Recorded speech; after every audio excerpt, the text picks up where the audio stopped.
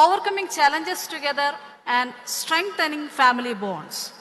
കുടുംബജീവിതത്തിലെ വെല്ലുവിളികളെയും പ്രതിസന്ധികളെയും ഒരുമിച്ച് അതിജീവിച്ചുകൊണ്ട് കുടുംബ ബന്ധത്തെ എങ്ങനെ ശക്തിപ്പെടുത്താം.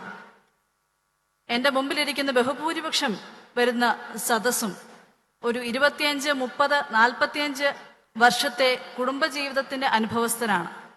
അവരുടെ മുമ്പിൽ 2 കുഞ്ഞുങ്ങളുടെ അമ്മയാണെങ്കിലും കേവലം 10 വർഷം മാത്രം പൂർത്തീകരിക്കപ്പെടുന്ന ഒരു കുടുംബജീവിതത്തിന്റെ ഉടമയായ ഞാൻ വെല്ലുവിളികളെ കുറിച്ച് സംസാരിക്കുന്നതിന്റെ ഒരു ആശങ്ക എന്നിലില്ലാതില്ല.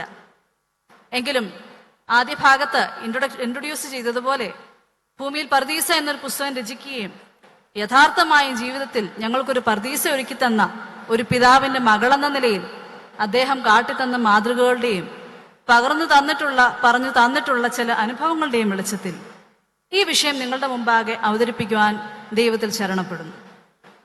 ജീവിതത്തിൽ വെല്ലുവിളികൾ ഇല്ലാതെ നമുക്ക് മുന്നോട്ട് പോകാൻ സാധിക്കത്തില്ല. കാലഘട്ടം മാറുന്നതനുസരിച്ച്, നമ്മുടെ ചുറ്റുപാടുകൾ മാറുന്നതനുസരിച്ച് വെല്ലുവിളികൾക്കും വ്യത്യാസങ്ങളുണ്ടാകും. അതിനനുസരിച്ച് നാമും അതിനോടൊപ്പം അതിനെ അതിജീവിച്ചുകൊണ്ട് മുന്നേറിയെങ്കിലേ വളരെ ഭംഗിയായി കുടുംബജീവിതം മുന്നോട്ട് കൊണ്ടുപോകാൻ സാധിക്കുകയുള്ളൂ. വെല്ലുവിളികൾ എന്ന് പറയുമ്പോൾ ഒരാൾക്ക് നേരിടുന്ന, ഒരു കുടുംബത്തിന് നേരിടുന്ന വെല്ലുവിളി ആയിരിക്കില്ല അടുത്ത കുടുംബത്തിനുണ്ടാവുക. പൊതുവിൽ നമുക്ക് 3 തരത്തിൽ ഇതിനെ തിരിക്കാം. ആദ്യത്തേത് ഫിസിയോളജിക്കൽ ചാലഞ്ചസ്, അതായത് നമ്മുടെ അടിസ്ഥാന ആവശ്യങ്ങളെ ബാധിക്കുന്ന തരത്തിലുള്ള പ്രതിസന്ധികൾ. രണ്ടാമത്തേത് സൈക്കോളജിക്കൽ ചാലഞ്ചസ് ആണ്. ഇന്ന് കൂടുതലായിട്ടും ചർച്ച ചെയ്യപ്പെടുന്നത് ഇത് തന്നെയാണ്, മാനസിക തലത്തിൽ നാം അനുഭവിക്കുന്ന പ്രതിസന്ധികളും വെല്ലുവിളികളും. മൂന്നാമത്തേതാണ് സോഷ്യോളജിക്കൽ ചാലഞ്ചസ്. മനുഷ്യർ സമൂഹ ജീവി എന്ന നിലയിൽ സാമൂഹ്യ തലത്തിൽ നമ്മൾ നേരിട്ട് കൊണ്ടിരിക്കുന്ന പ്രതിസന്ധികളെയാണ് സോഷ്യോളജിക്കൽ ചാലഞ്ചസ് എന്ന് പറയുന്നത്. ഇന്നത്തെ നമ്മുടെ കാലഘട്ടത്തിൽ നമ്മൾ ചിന്തിച്ചു നോക്കിക്കഴിഞ്ഞാൽ വെല്ലുവിളികളുടെ സ്വഭാവവും രീതിയും മാറിയെന്ന് പറഞ്ഞു. ലഹരി വസ്തുക്കളുടെ ഉപയോഗം, അതുപോലെ തന്നെ ഏറ്റവും കൂടുതൽ നാം അറിഞ്ഞോ അറിയാതെയോ നമ്മുടെ കുടുംബത്തിൽ കയറി കൂടിയിട്ടുള്ള ഒരു പ്രതിസന്ധിയാണ് ഡിജിറ്റൽ മീഡിയയുടെ ഉപയോഗം. മീഡിയയെക്കുറിച്ച് വളരെ ഭംഗിയായി നമുക്കിവിടെ വിഷയാവതരണം നമ്മൾ കേട്ടു.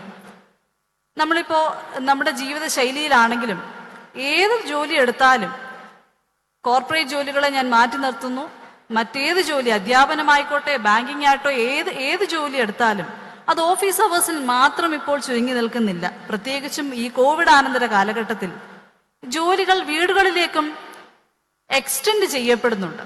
അതുകൊണ്ട് തന്നെ ഡിജിറ്റൽ മീഡിയയുടെ ഉപയോഗം നമ്മുടെ കുടുംബങ്ങളിൽ വളരെ അധികമായി കൂടി. ഇത് മാതാപിതാക്കൾ മാത്രമല്ല, കുഞ്ഞുങ്ങളുടെ പഠനവും ഇപ്പൊ ഏറെക്കുറെ ഈ ഡിജിറ്റൽ മീഡിയയുമായി ബന്ധപ്പെട്ടിരിക്കുകയാണ്. ഇപ്പൊ കുഞ്ഞുങ്ങൾക്ക് കിട്ടുന്ന, ആ വീട്ടിൽ വളരുന്ന കുട്ടികൾക്ക് കിട്ടുന്ന മാതൃക എന്താണ്? അപ്പനും അമ്മയും വർക്ക് ചെയ്യുന്നവരാണെങ്കിൽ അവർ കൂടുതൽ സമയം ചെലവഴിക്കുന്നത് സ്ക്രീനിന് മുൻപാകെയാണ്. ഇപ്പോൾ ആത്മീയതയും എന്റർടൈൻമെന്റും പ്രൊഫഷനും എല്ലാം നമ്മുടെ കയ്യിലുള്ള ഈ സ്ക്രീനിലേക്ക് ചുരുക്കപ്പെട്ടിരിക്കുന്നു.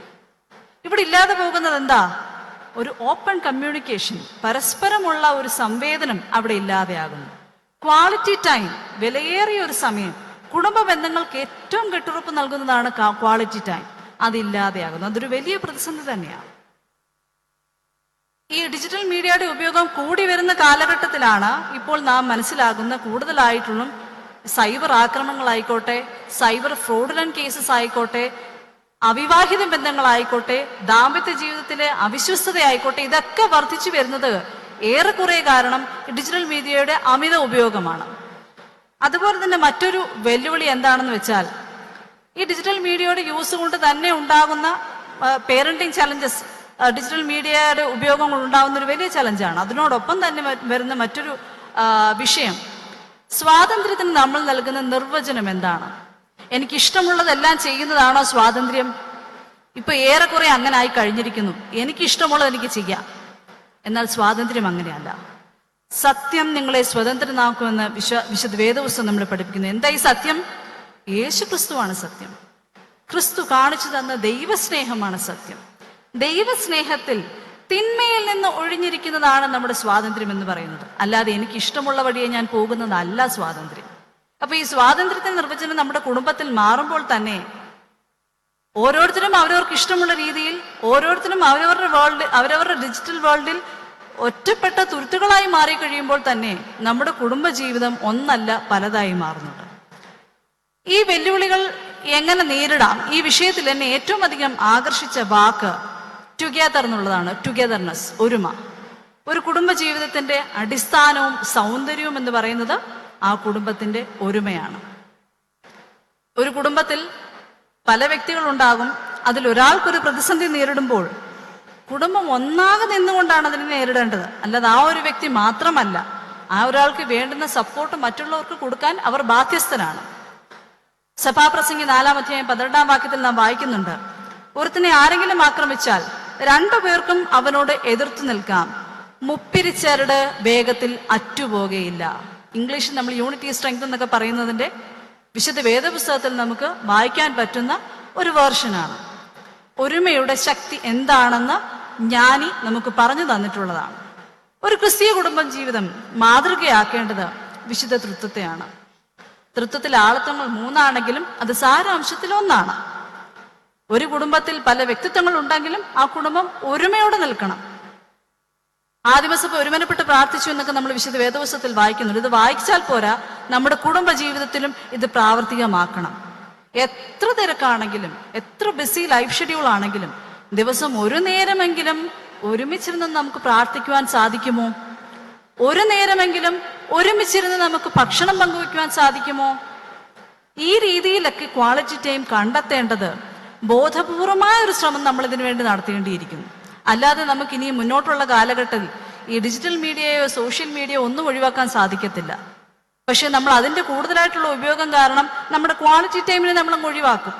നമുക്ക് ഒന്നിനും സമയം തികയുന്നില്ല, ബന്ധുവീടുകൾ സന്ദർശനമില്ല, അങ്ങോട്ടും ഇങ്ങോട്ടും നേരെ നോക്കി സംസാരിക്കാൻ നമുക്ക് സമയമില്ല. ഇത് നമ്മൾ തിരിച്ചു കൊണ്ടുവരേണ്ടിയിരിക്കുന്നു. അതിനുവേണ്ടി ബോധപൂർവമായ ഒരു ശ്രമം, ഈ ടുഗെദർനെസ്സിനെ തിരിച്ചു കൊണ്ടുവരുവാൻ നമ്മൾ പ്രത്യേകമായി ശ്രദ്ധിക്കേണ്ടിയിരിക്കുന്നു.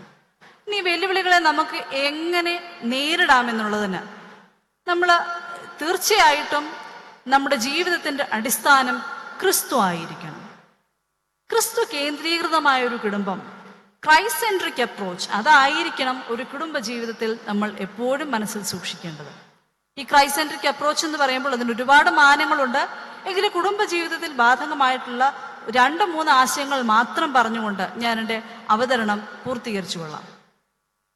ഒന്നാമതായിട്ട് എനിക്ക് മനസ്സിൽ വന്ന ഒരാശയം, ഈ വിഷയം കേൾക്കുമ്പോൾ എൻ്റെ മനസ്സിൽ ആദ്യം തെളിഞ്ഞു വന്ന ഒരു ആശയം, അനുഭാവപൂർണമായ ഒരു സമീപനം, ബി എംപത്തറ്റിക് ആൻഡ് ഇൻക്ലൂസീവ്. അനുഭാവപൂർണമായ സമീപനം എന്നുള്ള ആശയം എൻ്റെ മനസ്സിൽ തോന്നാനുള്ള കാരണം, ഞാനിവിടെ 5-ാമത്തെ സെമിസ്റ്ററിൽ പഠിക്കുമ്പോൾ ആ സമയത്ത് ഞങ്ങളുടെ കോളേജ് ആർട്സിന്റെ ഓഫ് സ്റ്റേജ് പ്രോഗ്രാം കോർഡിനേറ്ററായിട്ടും മാഗസിന്റെ സബ് എഡിറ്ററായിട്ടും എനിക്ക് കുറച്ച് നാൾ അത് പ്രവർത്തിക്കുവാൻ സാധിച്ചു. 5th സെമിസ്റ്ററിന്റെ എക്സാമിനേഷന്റെ ഇടയ്ക്കായിരുന്നു എൻ്റെ സഹോദരന്റെ വിവാഹം. കുടുംബ ബന്ധങ്ങൾക്ക് മൂല്യം നൽകുന്നത് കൊണ്ട് വീട്ടിലാരും പറഞ്ഞില്ല നീ പരീക്ഷ മുടക്കണ്ട എന്ന്. കല്യാണവും മുടക്കിയില്ല, പരീക്ഷയും മുടക്കിയില്ല. എൻ്റെ പിതാവിൻ്റെ ഒരു സുഹൃത്ത് യൂണിവേഴ്സിറ്റിയിലുള്ളത് കൊണ്ട് ചില സമയങ്ങളിൽ ചില സെമിസ്റ്ററുകളുടെ റിസൾട്ട് കുറച്ച് നേരത്തെ അറിയാനായിട്ട് സാധിക്കും. അങ്ങനെ ഒരു ദിവസം ഞാൻ വൈകിട്ട് ചാപ്പലിൽ നിന്ന് സന്ധ്യാനമസ്കാരത്തിലേക്ക് പോകുന്ന വഴിക്ക് അപ്പ വിളിച്ചിട്ട് റിസൾട്ട് അറിഞ്ഞു, നിനക്കൊരു പേപ്പർ നീ തോറ്റുപോയി, ആ കാര്യം പറഞ്ഞു. അത് ഏറ്റവും ബുദ്ധിമുട്ടുള്ളൊരു വിഷയമായിരുന്നു. നമുക്കൊരു പ്രയാസമുണ്ട്. അപ്പോഴോട് സംസാരിച്ചു. ഒരു കുറച്ച് സമയം കഴിഞ്ഞിട്ട് അപ്പം അടുത്ത ചോദ്യം ചോദിച്ചു, മോളെ നിനക്ക് വേറെ ഏതെങ്കിലും വിഷയം ബുദ്ധിമുട്ടായിരുന്നോ? ആ ചോദ്യം കേട്ടപ്പോൾ എനിക്ക് മനസ്സിലായി എൻ്റെ സപ്ലിയുടെ കണക്കൊന്നും നിൽക്കില്ല.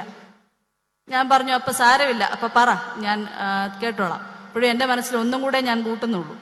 പിന്നെ അപ്പം അധികം സസ്പെൻസ് ഒന്നും വെച്ചില്ല. 1 അല്ല 2 വിഷയത്തിന് ഞാൻ തോറ്റു. മൊത്തം 3 വിഷയങ്ങൾ എനിക്ക് ആ സെമിസ്റ്ററിൽ സപ്ലിമെന്ററി ആയി. അവിടെ കൊണ്ട് അപ്പൊ ആശ്വാസമൊക്കെ പറഞ്ഞു, അവസാനിപ്പിച്ചു. അടുത്ത സെമിസ്റ്ററിൽ ആ സെമിസ്റ്ററിന്റെ എല്ലാ വിഷയങ്ങളോടൊപ്പം തന്നെ ഞാൻ ഈ 3 സബ്ജക്റ്റുകളും ക്ലിയർ ചെയ്തു. അന്ന് നമുക്കിവിടെ കരിയർ ഗൈഡൻസും അതുപോലെ തന്നെ പ്ലേസ്മെന്റും തുടങ്ങിയ കാലഘട്ടമാണ്. അതുകൊണ്ട് തന്നെ വളരെ കുറച്ച് പേർക്ക് പ്ലേസ്മെന്റ് കിട്ടിയപ്പോൾ എനിക്കും കിട്ടി. എങ്കിലും എൻ്റെ ആഗ്രഹപ്രകാരം പോസ്റ്റ് ഗ്രാജുവേഷന് ഞാൻ പോയി. ദൈവകൃപയാൽ യൂണിവേഴ്സിറ്റിയിൽ 3-ാം റാങ്കോടുകൂടി എനിക്ക് എംടെക് കംപ്ലീറ്റ് ചെയ്യാനായിട്ട് സാധിച്ചു. ഞാൻ പറഞ്ഞു വന്നത്, എൻ്റെ തോൽവിയിൽ എൻ്റെ മാതാപിതാക്കളുടെ സമീപനം, എന്നെ പഠിക്കാൻ ഒരുപാട് കാരണങ്ങൾ ഉണ്ടായിരുന്നു. ആ സെമിസ്റ്ററിൽ ആണ് എനിക്ക് അറ്റൻഡൻസ് ഏറ്റവും കുറവുണ്ടായിരുന്നത്. ഞാൻ പല ക്ലാസ്സുകളും കയറിയിട്ടില്ല. വേണമെങ്കിൽ അവർക്ക് പറയാമായിരുന്നു. എന്നെ പഠിക്കാൻ ഒരുപാട് കാരണങ്ങൾ ഉണ്ടായിരുന്നു, ശാസിക്കാൻ ഒരുപാട് കാരണങ്ങൾ ഉണ്ടായിരുന്നു. പക്ഷെ അവരതൊന്നും ചെയ്തില്ല. എന്ന് വെച്ച് നമ്മൾ നമ്മുടെ മക്കളുടെ തോൽവിയിൽ അവരെ ശാസിക്കേണ്ട എന്നല്ല.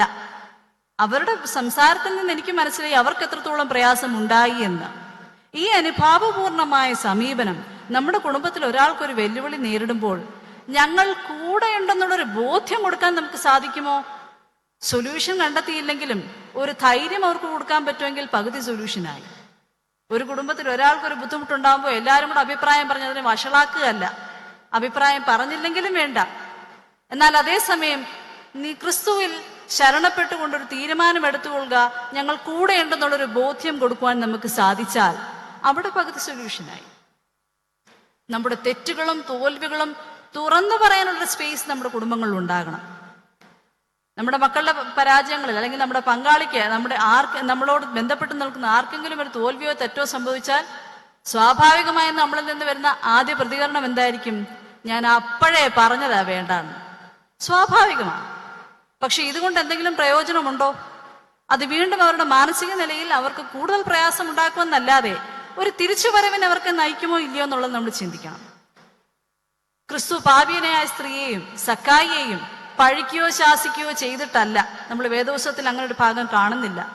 പക്ഷേ ക്രിസ്തുവിന്റെ പെരുമാറ്റത്തിൽ അവരുടെ ജീവിതത്തെക്കുറിച്ചൊരു ബോധ്യം അവർക്കുണ്ടായി. ഇത്തരത്തിൽ അനുഭാവപൂർണമായ ഒരു സമീപനം നമുക്ക് നമ്മുടെ കുടുംബത്തിൽ മറ്റുള്ളവരോട് ഉണ്ടായിരിക്കണം. രണ്ടാമതായിട്ട് എനിക്ക് പറയുവാനുള്ളൊരു ആശയം, ഒരു വ്യക്തിയെ അവരായിരിക്കുന്ന അവസ്ഥയിൽ അവരെ അംഗീകരിക്കുവാനും ഉൾക്കൊള്ളുവാനും നമുക്ക് സാധിക്കണം. Accept A person as he is or she is. ഇത് നമ്മുടെ വീടുകളിൽ ഏറ്റവും അധികം, ഇന്ന് കൂട്ടുകുടുംബങ്ങൾ അധികം ഇല്ല എങ്കിൽ തന്നെയും നമ്മുടെ സമൂഹത്തിൽ ഏറ്റവും കൂടുതൽ കണ്ടുവരുന്നൊരു പ്രശ്നമാണ് ജനറേഷൻ ഗ്യാപ്പ് എന്ന് പറയുന്നത്. പണ്ട് 12 വയസ്സ് 15 വയസ്സ് വരെയുള്ളവർ ഒരു തലമുറയിൽപ്പെട്ടവരാണെങ്കിൽ ഇന്ന് കൾച്ചറൽ ഗ്യാപ്പ് എന്ന് പറയുന്നത്, ജനറേഷൻ എന്ന് പറയുന്നത് ഒരു 3 വയസ്സ് 4 വയസ്സായിട്ട് ചുരുങ്ങി. അതായത് ഒരു വീട്ടിൽ 5 വയസ്സ് വ്യത്യാസത്തിൽ 2 മക്കളുണ്ടെങ്കിൽ അവർ രണ്ടും 2 ജനറേഷനായിട്ട് നമുക്ക് കൂട്ടാം. അവരുടെ തോട്ട് പ്രോസസ്സിംഗ് വ്യത്യാസമാണ്. അത് അവരുടെ കുഴപ്പമല്ല. അത്ര അതിവേഗത്തിലാണ് നമ്മുടെ ചുറ്റുപാടുമുള്ള ടെക്നോളജി വളർന്നുകൊണ്ടിരിക്കുന്നത്. അവിടെ എന്താ പറ്റുന്നത്? ഈ ഒരു വിടവ് കൂടിക്കൂടി വരികയാണ് ചെയ്യുന്നത്. നമ്മൾ വിശുദ്ധ വേദപുസ്തകത്തിൽ നമ്മൾ വായിക്കുന്ന ഭാഗമാണ് കന്യകമറിയാമും എലിശബായും തമ്മിലുള്ള സംഭാഷണം. ഇവർ തമ്മിലുള്ള ഗ്യാപ്പ് ഒന്ന് ആലോചിച്ച് നോക്കിയാൽ എലിശബയുടെ പ്രായം പറയുന്നില്ലെങ്കിൽ പോലും ഒരു 45-50 വയസ്സെങ്കിലും വ്യത്യാസം കാണും. പക്ഷേ അവർക്ക് സംസാരിക്കാൻ ഒരുപാട് കാര്യങ്ങളുണ്ടായിരുന്നു, അവർക്ക് പങ്കുവെക്കാൻ ഒരുപാട് വിശേഷങ്ങളുണ്ടായിരുന്നു. നമുക്ക് നമ്മുടെ വീടുകളിലോ നമുക്ക് നമ്മുടെ മക്കളോട് പോലും കൃത്യമായിട്ട് സംസാരിക്കാൻ പറ്റുന്നില്ല. കാരണം പല തലമുറയായിപ്പോയി. ഇപ്പൊ നമുക്ക് ട്രെൻഡിങ് ആയിട്ട് കൊണ്ടിരിക്കുന്ന മുഖ്യമന്ത്രി ശ്രീ വി ഡി സതീശിന്റെ പൂക്കി സ്മൈൽ, ഈ പൂക്കി ബെസ്റ്റ് എന്നൊക്കെ ഒരുപാട് വാക്കുകളുണ്ട്. ഈ വാക്കുകളൊന്നും നമ്മൾ പഠിക്കണം എന്നല്ല ഞാൻ പറയുന്നത്. അവരെ ഒന്ന് മനസ്സിലാക്കുവാനുള്ള ശ്രമം നമുക്ക് നടത്തി കഴിഞ്ഞാൽ അത് തന്നെ ഒരു വലിയ കാര്യമാണ്. നമുക്കിടയിലുള്ള ഒരു ഗ്യാപ്പ് കുറയ്ക്കാൻ, പരസ്പരം ഒന്ന് സംസാരിക്കുവാൻ. ചെറുപ്പക്കാരെ സംബന്ധിച്ചിടത്തോളം അവർ ചിന്തിക്കും, ഇത്രയും അധികം മീഡിയ ഉണ്ട്, എന്റർടൈൻമെന്റ് ഉണ്ട്, എന്തുകൊണ്ട് ഈ പ്രായമുള്ളവർ ഈ ഒറ്റപ്പെടലിന്റെയും വിഷാദത്തിന്റെയും ബുദ്ധിമുട്ട് പറയുന്നതെന്ന് അവർക്ക് മനസ്സിലാവത്തില്ല. പ്രായമുള്ളവർ ചിന്തിക്കും, ഇത്രയധികം ടെക്നോളജി ഉണ്ട്, എന്തെല്ലാം കാര്യങ്ങൾ ഉണ്ടായിട്ടും ഇവർ ഈ ജോലി കാര്യങ്ങളിലുള്ള സ്ട്രഗിൾസ് ഈ ചെറുപ്പക്കാർ ഇത്രയും പറയുന്നത് എന്തുകൊണ്ടാണെന്ന് പ്രായമുള്ളവർക്ക് മനസ്സിലാക്കാൻ സാധിക്കത്തില്ല. ഇവിടെയാണ് പരിശുദ്ധാത്മാവിന്റെ കൃപ നമുക്ക് ആവശ്യമാണ്. വിശുദ്ധ മത്തായി ശ്രീയുടെ സുവിശേഷം 22-ാം അധ്യായം 39-ാം വാക്യത്തിൽ നാം വായിക്കുന്നുണ്ട്, കൂട്ടുകാരനെ നിന്നെ പോലെ തന്നെ സ്നേഹിക്കണം. നമ്മുടെ കർത്താവ് നമുക്ക് നൽകിയ കൽപ്പനയാണ്. ഈ വാക്യം വായിക്കുന്ന സമയത്ത് എനിക്ക് തോന്നിയിട്ടുണ്ട്, ഞാൻ എന്നെ സ്നേഹിക്കുക എന്ന് പറഞ്ഞാൽ അതൊരു തരത്തിൽ സ്വാർത്ഥതയല്ലേ? നമ്മളെ തന്നെ നമ്മൾ സ്നേഹിക്കുക എന്ന് പറഞ്ഞാൽ സ്വാർത്ഥതയല്ലേ? പക്ഷെ വീണ്ടും വീണ്ടും അതിനെക്കുറിച്ച് ആലോചിച്ചപ്പോൾ എനിക്ക് മനസ്സിലായ മറ്റൊരു മാനം, എനിക്ക് എൻ്റെ ബലഹീനതകളെ, എൻ്റെ മനോവിചാരങ്ങളെ വ്യക്തമായി മനസ്സിലാക്കുവാൻ സാധിക്കും. എനിക്ക് ദേഷ്യം വരും, എനിക്ക് സങ്കടം വരും, എനിക്ക് സന്തോഷം വരും, എനിക്ക് വൈരാഗ്യം തോന്നും. ഇതിനെല്ലാം മനസ്സിലാക്കുവാനും അംഗീകരിക്കുവാനും ഉൾക്കൊള്ളുവാനും എനിക്ക് സാധിക്കുന്നു. ഞാനതിനെ ഉൾക്കൊള്ളുകൊണ്ട് മുന്നോട്ട് ജീവിക്കുന്നു. ഇതേ മനോഭാവം എൻ്റെ പങ്കാളിയോട്, എൻ്റെ മക്കളോട്, എൻ്റെ സഹോദരങ്ങളോട്, എൻ്റെ അയൽക്കാരനോട് എനിക്ക് എന്തുകൊണ്ടായിക്കൂടാ? അവരും എന്നെ പോലെ ഒരു മനുഷ്യനാ, അവർക്കും ഉണ്ടാവും ഈ വിചാരങ്ങളും ബലഹീനതകളുമെല്ലാം. അതിനെ ഉൾക്കൊണ്ട് അതിനോട് ചേർന്നവരെ സ്നേഹിക്കുവാൻ എന്തുകൊണ്ട് നമുക്ക് സാധിക്കുന്നില്ല? സ്നേഹപൂർവമായ തിരുത്തലുകളാണ് വേണ്ടിയത്. അവരെ ഉൾക്കൊള്ളുക എന്ന് വെച്ച് കഴിഞ്ഞാൽ അവരെ തിരുത്തണ്ട എന്നല്ല, പക്ഷെ സ്നേഹപൂർവമായുള്ള തിരുത്തലുകളാണ് എല്ലായിടത്തും ആവശ്യമായിട്ടുള്ളത്. ദൈവസ്നേഹം അത് നമ്മൾ ഈ പറയുന്ന പ്രായ ലിംഗഭേദമന്യേ എല്ലാ തലമുറകളെയും അടുപ്പിക്കുന്ന, എല്ലാ കമ്മ്യൂണിക്കേഷൻ ഗ്യാപ്സും മാറ്റുന്ന പ്രധാന കണ്ണിയാണ്. പോട്ടെ, അവസാനത്തെ ഒരു ആശയം കൂടി പറഞ്ഞുകൊണ്ട് ഞാൻ എൻ്റെ അവതരണം അവസാനിപ്പിച്ചു കൊള്ളാം. മൂന്നാമതായിട്ട് എനിക്ക് തോന്നുന്ന ഒരു ആശയം, ഈ വെല്ലുവിളികളെ അതിജീവിക്കുവാൻ നമ്മൾ ശീലിക്കേണ്ട ഒരു കാര്യം, ഒരു കുടുംബത്തിൽ എപ്പോഴും സമത്വത്തെക്കാളും നീതിക്കും ന്യായത്തിനും പ്രാധാന്യം കൊടുക്കണം. Give importance to equity rather than equality. ഉദാഹരണം പറഞ്ഞാൽ, ഒരു അപ്പന് 2 പെൺമക്കളുണ്ടെങ്കിൽ അതിൽ മൂത്ത മകൾ പഠിക്കാൻ പഠിക്കുകയാണ്, ഇളയ മകൾ പഠിക്കാൻ അത്ര പോരാ. ഓരോരുത്തർക്കും ഓരോ തരത്തിലുള്ള കഴിവുകളാണല്ലോ. ഈ അപ്പന് സ്വത്തുണ്ടെങ്കിൽ ആ സ്വത്ത് ഉപയോഗിച്ച് മൂത്ത മകളെ ഉപരിപഠനത്തിന് വിട്ട് നല്ലൊരു ജോലിയിൽ എത്തിക്കുകയും രണ്ടാമത്തെ മകൾക്ക് ആ സ്വത്ത് കൂടുതൽ പഠിപ്പിക്കാൻ വിടുന്നില്ല, കുറെ കൂടെ സ്വത്ത് നൽകിക്കൊണ്ട് അവളുടെ കുടുംബജീവിതം ഭദ്രമാക്കുകയും ചെയ്യുന്നതാണോ, അതോ സ്വത്ത് തുല്യമായി ഭാഗിച്ചു കൊടുക്കുന്നതാണോ? ഏതാ ന്യായം, ഏതാ നീതി? തീർച്ചയായിട്ടും എൻ്റെ വിചാരത്തിൽ ഒന്നാമത്തെ ഓപ്ഷൻ തന്നെയാണ്. മൂത്ത മകൾക്ക് ഉപരിപഠനം നൽകി ഒരു ജോലിക്ക് അവളെ പ്രാപ്തിയാക്കുമെന്നെങ്കിൽ രണ്ടാമത്തെ മകൾക്ക് അതിന് സാധിക്കുന്നില്ല എങ്കിൽ അവൾക്ക് വേണ്ട സഹായം ചെയ്തു കൊടുക്കുക. ഈ ഒരു നീതിബോധം, ന്യായബോധമാണ് ഈക്വാളിറ്റിയേക്കാൾ, സമത്വത്തെക്കാൾ നമ്മുടെ കുടുംബജീവിതത്തിൽ വേണ്ടുന്നത്. ഇന്ന് സ്ത്രീ സമത്വത്തെക്കുറിച്ച് ഏറെ നമ്മൾ ചർച്ച ചെയ്യപ്പെടുന്ന ഒരു കാലമാണല്ലോ. പുരുഷനും സ്ത്രീയും സൃഷ്ടിക്കപ്പെട്ടിരിക്കുന്നത് രണ്ടായിട്ടാണ്. ഞാൻ ആദ്യം പറഞ്ഞതുപോലെ സോഷ്യോളജിക്കലി, ഫിസിയോളജിക്കലി, സൈക്കോളജിക്കലി രണ്ടും 2 വ്യക്തിത്വങ്ങളാണ്. അവിടെ നമ്മൾ എന്തിനാ ഈ സമത്വത്തിന് വേണ്ടി ശ്രമിക്കുന്നത്? നമുക്ക് നമ്മുടേതായ ചുമതലകളുണ്ട്, അവർക്ക് അവരുടേതായ ചുമതലകളുണ്ട്. ചില കാര്യങ്ങളിൽ അവരാണ് ശരിയെങ്കിൽ ചില കാര്യങ്ങൾ നമ്മളായിരിക്കും ശരി. അവിടെ വേണ്ടുന്നത് എന്താ? ഒരുമിച്ച് കൂടിയിരുന്ന് ഒരുമനപ്പെട്ട് ഒരു കാര്യത്തെക്കുറിച്ച് ചർച്ച ചെയ്യുക, തീരുമാനങ്ങൾ എടുക്കുക. ചിലത് അവരുടെ തീരുമാനം അനുസരിച്ച് പോകുന്നുവെങ്കിൽ ചിലത് നമ്മുടെ തീരുമാനങ്ങൾ അനുസരിച്ച് പോകണം. അവിടെ വേണ്ടുന്നത് ഈ ദൈവകൃപയാണ്. ക്രിസ്തു കാണിച്ചു തന്നിട്ടുള്ള മാതൃകകളാണ് നമുക്ക് മുൻപിൽ ഉണ്ടാകേണ്ടത്. 3 തരത്തിലാണ് ഞാൻ കാര്യങ്ങളെ അവതരിപ്പിക്കുവാൻ ശ്രമിച്ചത്. ഒന്ന്, നമ്മുടെ വെല്ലുവിളികൾ ഇന്നത്തെ കാലഘട്ടത്തിൽ എന്തൊക്കെയുണ്ടെന്ന് പറഞ്ഞു. നമുക്ക് ബോധപൂർവമായ ശ്രമം നമ്മുടെ കുടുംബത്തെ തിരിച്ച് ഒരുമിപ്പിക്കുവാൻ, നമുക്ക് നഷ്ടപ്പെട്ടു പോയിക്കൊണ്ടിരിക്കുന്ന ഈ ടുഗദർനെസ്സിൽ തിരിച്ചു കൊണ്ടുപോകാൻ നമുക്ക് ശ്രമം ഉണ്ടാകണം. വെല്ലുവിളികളെ അതിജീവിക്കുവാൻ അനുഭാവപൂർണമായ ഒരു സമീപനം നമ്മുടെ ഭാഗത്തു നിന്നുണ്ടാകണം. ഒരു വ്യക്തിയെ അവരുടെ ബലഹീനതകളോടുകൂടി അവരെ ആയിരിക്കുന്ന അവസ്ഥയിൽ അവരെ ഉൾക്കൊള്ളുവാനും അംഗീകരിക്കുവാനും സ്നേഹിക്കുവാനും സാധിക്കണം. ഒരു കുടുംബജീവിതത്തിൽ സമത്വത്തെക്കാൾ ഉപരിയായി നീതിക്കും ന്യായത്തിനും വില കൊടുക്കണം. ഇതാണ് ക്രിസ്തു നമുക്ക് കാണിച്ചു തന്നിട്ടുള്ള മാതൃക. ഇതല്ല, അനേകം കാര്യങ്ങളുണ്ട്. വളരെ പ്രസക്തമായ ഒരു കാലിക പ്രസക്തിയുള്ള ചിന്താവിഷയമാണ്. എന്തായിരുന്നാലും പരിശുദ്ധാത്മാവ് നമ്മളെ വഴി നടത്തട്ടെ. ഇത്തരത്തിലൊരു അവസരം നൽകിയ മർത്തമറി സമാജം ഭാരവാഹികളുള്ള പ്രത്യേകം നന്ദി അറിയിച്ചുകൊള്ളുന്നു. ദൈവം നമ്മളെ വഴി നടത്തട്ടെ. Thank you.